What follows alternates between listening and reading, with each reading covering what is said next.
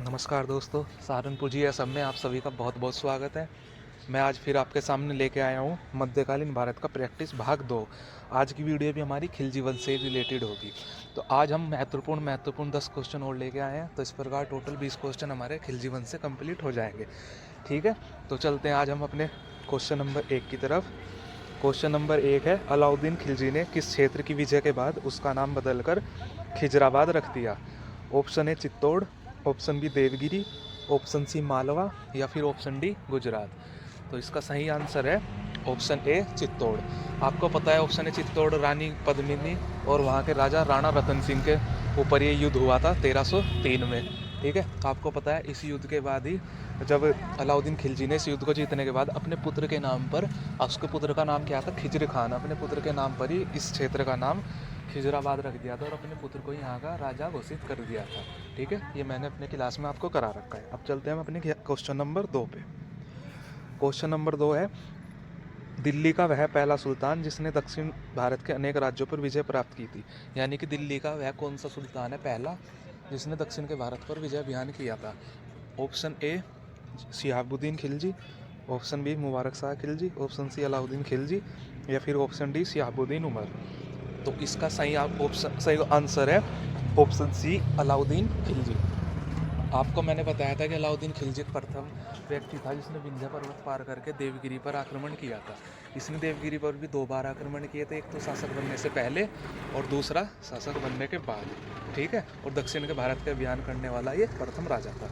तो चलते हैं हम अपने क्वेश्चन नंबर 3 की तरफ। क्वेश्चन नंबर 3 है, ये तो बहुत आसान है, खिलजी वंश का संस्थापक कौन था? Option A Jalaluddin Khilji, option B Alauddin Khilji या फिर ऑप्शन सी शिहाबुद्दीन खिलजी या फिर ऑप्शन डी आराम शाह खिलजी। तो इसका आंसर है ऑप्शन ए जलालुद्दीन खिलजी। ये तो आपको पता ही होगा, जब मैंने राजाओं का क्रम बताया था कि जलालुद्दीन खिलजी, इसमें खिलजी वंश में कुल 5 राजा रहे थे जिनका शासन क्रम 1290 से 1320 लगभग 30 वर्षों के आसपास था। तो इसमें पहला शासक था जलालुद्दीन खिलजी, दूसरा अलाउद्दीन खिलजी और तीसरा शासक था शिहाबुद्दीन उमर, चौथा शासक था मुबारक शाह खिलजी और अंतिम शासक था खुसरो शाह। ठीक है, चलते हैं अपने क्वेश्चन नंबर 4 की तरफ। क्वेश्चन नंबर 4 है, अलाउद्दीन के दक्षिण अभियानों का सेना नायक कौन था? यानी कि किसे इसने दक्षिण के अभियानों का सेनापति बना के भेजा था? Option A Khizr Khan, option B Shihabuddin Umar, option C Malik Kafur या फिर ऑप्शन डी अली गुरसफ। देखो देखो इसका सही ऑप्शन है ऑप्शन सी मलिक काफूर। देखो ऑप्शन ए खिज्र खान तो इसका एक्सप्लेनेशन दूँ। खिज्र खान तो इसके पुत्र का नाम था। अभी क्वेश्चन आया था जिसमें इसने चित्तौड़ का शासक घोषित कर दिया था। ऑप्शन बी लिखा शिहाबुद्दीन उमर, ये भी इसका एक बहुत छोटा बेटा था, मतलब 5-6 साल का ही था जब मैंने बताया था कि इसको राजा बना दिया गया था अलाउद्दीन खिलजी के मृत्यु के बाद। अब ऑप्शन सी पे जाए मलिक काफूर। आपको पता है कि मलिक काफूर को इसने भेजा था दक्षिण भारत के अभियान पे, जिसे इसने गुजरात के अभियान के समय में नुसरत खान जो सेनापति था उसको मिला था। ठीक है, ये जो ऑप्शन डी अली गुरसफ, ये तो अलाउद्दीन खिलजी का ही वास्तविक नाम है, या मतलब बचपन का नाम भी कह देते हैं इसे। तो इसका ऑप्शन सी है। ठीक है, चलते हैं क्वेश्चन नंबर 5 की तरफ। क्वेश्चन नंबर 5 है, दिल्ली सल्तनत का वह पहला शासक कौन है या प्रथम शासक कौन था जिसने भू राजस्व के निर्धारण के लिए जमीन की माप यानी कि पैमाइश को आधार मानना तथा महत्वपूर्ण वर्ग खुद और मुकद्दम को भी भू राजस्व देने को कहा जिस तरह आम जनता देती थी? Option A Balban, option B Iltutmish, option C Jalaluddin या फिर ऑप्शन डी अलाउद्दीन खिलजी। तो इसका सही आंसर है ऑप्शन डी अलाउद्दीन खिलजी।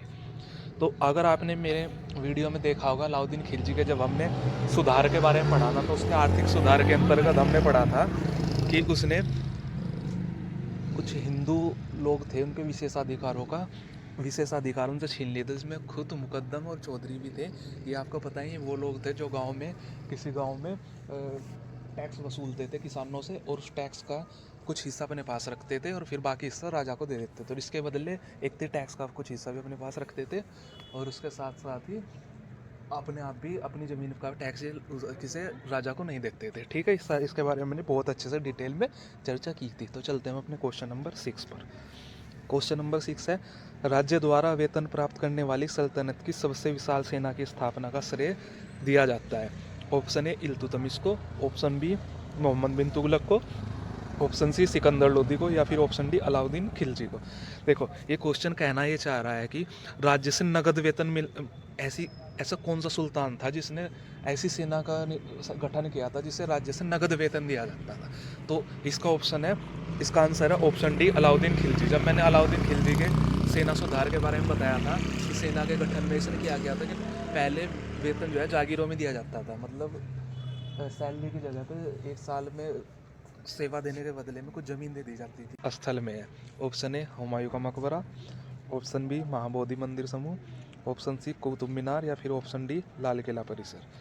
तो इसका सही आंसर है ऑप्शन सी कुतुब मीनार। मैंने बताया था कि कुतुब मीनार के पास लाई दरवाजे का निर्माण कराया गया था, जो कि अपने काल का, जिसमें संगमरमर का प्रथम बार प्रयोग हुआ था और जिसके छत पर गुंबद का प्रयोग भी किया गया था। ठीक है, तो हम चलते हैं अपने अगले क्वेश्चन, जो कि है क्वेश्चन नंबर 8। क्वेश्चन नंबर 8 है दिल्ली में अलाउद्दीन खिलजी के शासनकाल की अवधि क्या थी, यानी कि अलाउद्दीन खिलजी का शासनकाल किस समय से किस समय तक रहा था। ऑप्शन ए 1296 से 1316, ऑप्शन बी 1286 से 1316, ऑप्शन सी 1303 से 1334, ऑप्शन डी 1410 से 1437। तो इसका आंसर है ऑप्शन ए 1296 से 1316, क्योंकि 1290 से 1296 तक तो जलालुद्दीन खिलजी रहा था और 1296 से 1316 तक जलालुद्दीन खिलजी। फिर 1316 से कुछ महीने के लिए वो किसको बनाया गया था, शिहाबुद्दीन उमर को। फिर 1316 से 1320 तक रहा था मुबारक शाह खिलजी, इसकी हत्या खुसरो शाह ने करके खुसरो शाह अगला शासक बन गया था, जो कि खिलजी वंश का अंतिम शासक था। तो चलते हैं हम अगले क्वेश्चन पे, क्वेश्चन नंबर 9। क्वेश्चन नंबर 9 है अलाउद्दीन खिलजी द्वारा बनवाया गया प्रसिद्ध अलाई दरवाज़ा कहाँ पर स्थित है। Option A Agra, option B New Delhi, option C Awadh या फिर ऑप्शन डी वारंगल। तो इसका सही आंसर है ऑप्शन बी नई दिल्ली, क्योंकि आपको पता ही है अलाउद्दीन खिलजी के जब हमने स्थापत्य कार्य के बारे में पढ़ा था तो इसने कुतुब मीनार परिसर में अलाई दरवाजे का निर्माण कराया था, जिसकी डिटेल मैंने अभी इससे पिछले क्वेश्चन में भी बताई है कि इस पर संगमरमर और गुंबद वगैरह वाली बातें। तो चलते हैं हम आज के अपने आखिरी क्वेश्चन पर, क्वेश्चन नंबर 10। क्वेश्चन नंबर 10 है हजार दिनारी नाम से किसे जाना जाता है, यानी कि हजार दिनारी ये है कि ये नाम किसे दिया गया है। ऑप्शन ए बलवन, option B Malik Kafur, option C Sikandar Lodi या फिर ऑप्शन डी कुतुबुद्दीन ऐबक। तो इसका ये देखो, ये उत्तराखंड पीसीएस प्री में आया हुआ है 2021 में क्वेश्चन। तो देखा पीसीएस लेवल पे भी इस लेवल के ही क्वेश्चन आते हैं जो मैंने आपको पढ़ाया है।